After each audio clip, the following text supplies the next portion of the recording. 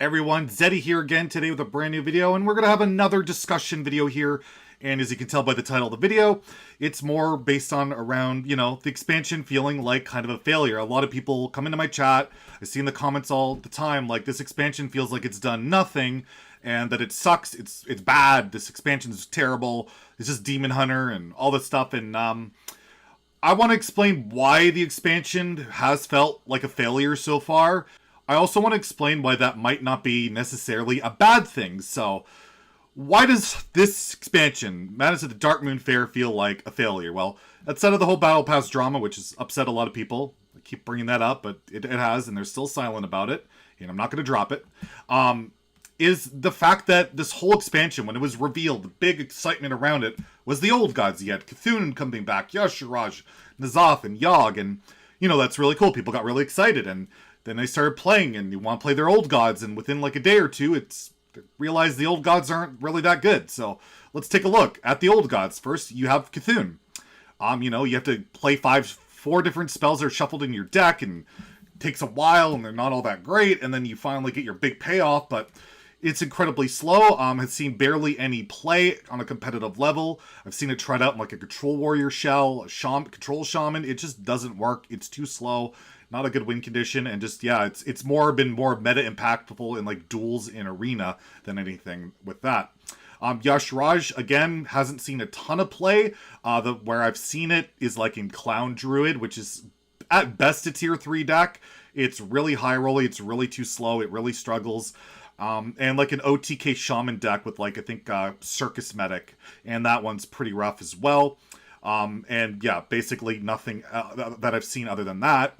N'Zoth is by far the worst old god that I've seen.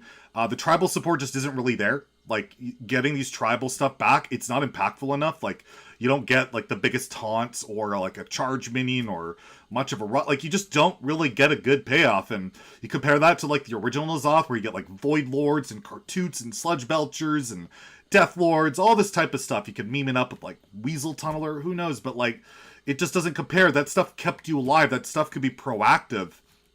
Whereas this N'Zoth is just really slow. You have to have really awkward things die, and it just doesn't feel like it's really that rewarding. And then lastly, we have Yogg, where you spin the wheel, and, you might Pyroblast your opponent, you might cast random spells, all that crazy stuff, but, it has seen play. It's in a lot of, like, spell priests. There are some mages that run it. I've seen people try it out in, like, Secret Rogue. Yeah, you've seen it, but at the same time, it's still not super prevalent, but at least it's there. Yogg is a decent card. It's a good craft.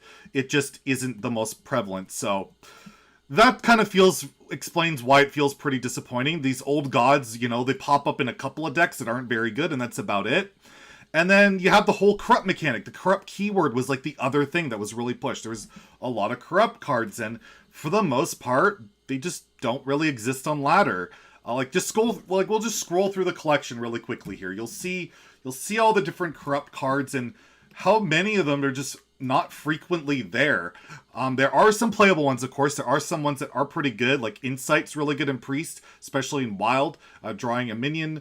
Dunk Tank is like kind of that shaman spell that's kind of memey that you can like get an OTK with. Pitmaster's really good in like Evolve Shaman.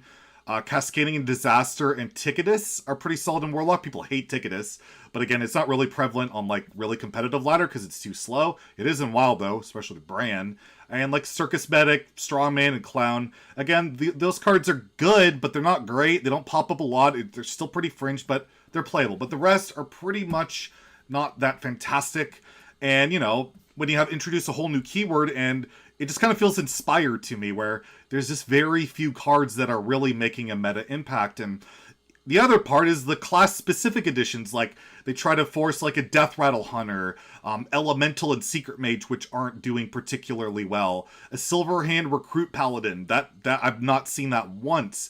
And like a bunch of Demon Lock stuff. And again, just really the class stuff isn't working out that great. There is like Secret Hunter, the aggro shaman's working out with the Evolved Shaman. There are some things playing out, but overall, if you look at the decks that are really good, like the top tier decks, they're all the same as before, right? You have, like, Secret Rogue, you have Demon Hunter, you have, like, the Skipper or Armor Smith Controller. Like, yes, I know there's the ETC OTK Warrior, but it's basically just the same warrior with the ETC thing thrown in. It's still the exact same deck we've seen since basically April, so that's kind of why I feel like this expansion has felt like a failure, a bit of a letdown, but why is this not necessarily bad? So the main reason is the majority of the decks, in my opinion, at least, yeah, my opinion, are suffering because of two main reasons.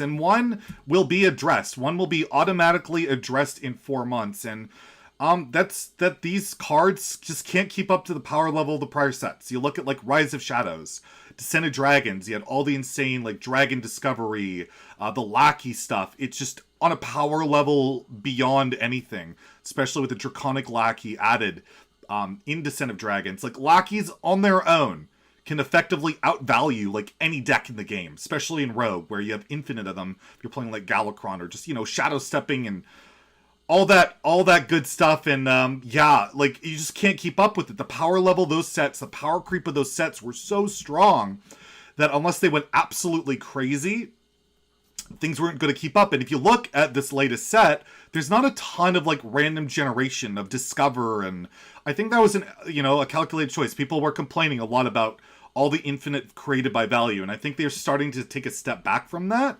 and we're seeing that, but we can't really see the impact of that until the prior power creep and, like, infinite value type of stuff rotates. So as long as rotation occurs and the next set doesn't reintroduce a bunch of stuff like lackeys and things like that, I think a lot of these problems will be addressed, and that'll be really good. That'll probably allow this set to shine, because I do like this expansion. I think it's pretty cool. There's a lot of interesting stuff. We just can't play any of it because you just die to the prior decks or get outvalued by the prior decks. But to my next point, the other main reason, which does not get addressed in 4 months, is, of course, Demon Hunter. Demon Hunter, again, I'm not going to go too much about this because we've talked about it in my video. So, we want to go back to my Demon Hunter video about how it's out of control. Check that out for, like, why that is and, like, what can be done about it. But yeah, effectively, Demon Hunter just eliminates so many of these decks straight out the gate, because Demon Hunter dictates everything on ladder right now. You're either playing Demon Hunter, you're either playing a deck to directly counter Demon Hunter, so like a Control Warrior or like a Libram Paladin, or you're just playing a high roll deck to try and get lucky and beat Demon Hunter, or beat one of the counters to Demon Hunter. And that's really it.